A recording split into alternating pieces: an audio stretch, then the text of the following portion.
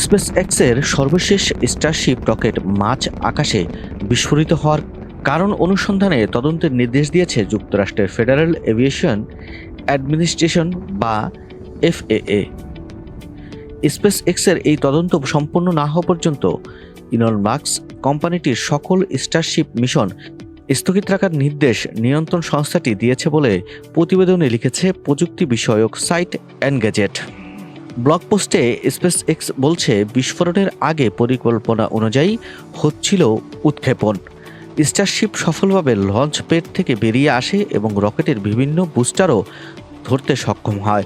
তবে উৎক্ষেপণের কেবল 8.5 মিনিটের মাথায় স্টারশিপ মহাযানটি বিস্ফোরিত হয়। আমেরিকান সংবাদ মাধ্যম সিএনবিসি এক প্রতিবেদনে লিখেছে, এ আকস্মিক বিস্ফোরণের পরপরই আশেপাশের এলাকাকে ধ্বংসাবশেষ উদ্ধার অঞ্চল ঘোষণা করেছে এফএএ। পাশাপাশি ঘটনার কাছাকাছি বিভিন্ন ফ্লাইটকে ধীর এবং অন্যদিকে ঘুরিয়ে দেয় কর্তৃপক্ষ, ফলে একাধিক এয়ারলাইনের ফ্লাইট মারাত্মকভাবে বিলম্বিত হয়েছে। এফএএ এক বিবৃতিতে বলেছে, এই বিস্ফোরণের ধ্বংসাবশেষ ধসে কেউ আহত হয়নি।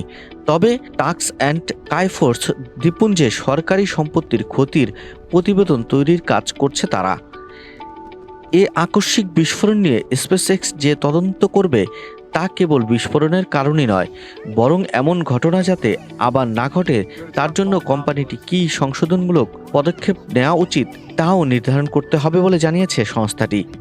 স্পেসএক্স বলছে, প্রাথমিক তথ্য উপাত্তে রকেটের পেছনের অংশে আগুন লাগার ইঙ্গিত মিলেছে। এদিকে এই ব্যর্থতার ভিডিও নিজের সামাজিক যোগাযোগ মাধ্যম এক্সে শেয়ার করে মাস্ক লিখেছেন, সাফল্য অনিশ্চিত হলেও বিনোদন কিন্তু নিশ্চিত। স্টারশিপের এমন বিস্ফোরণ এটিই প্রথম নয়।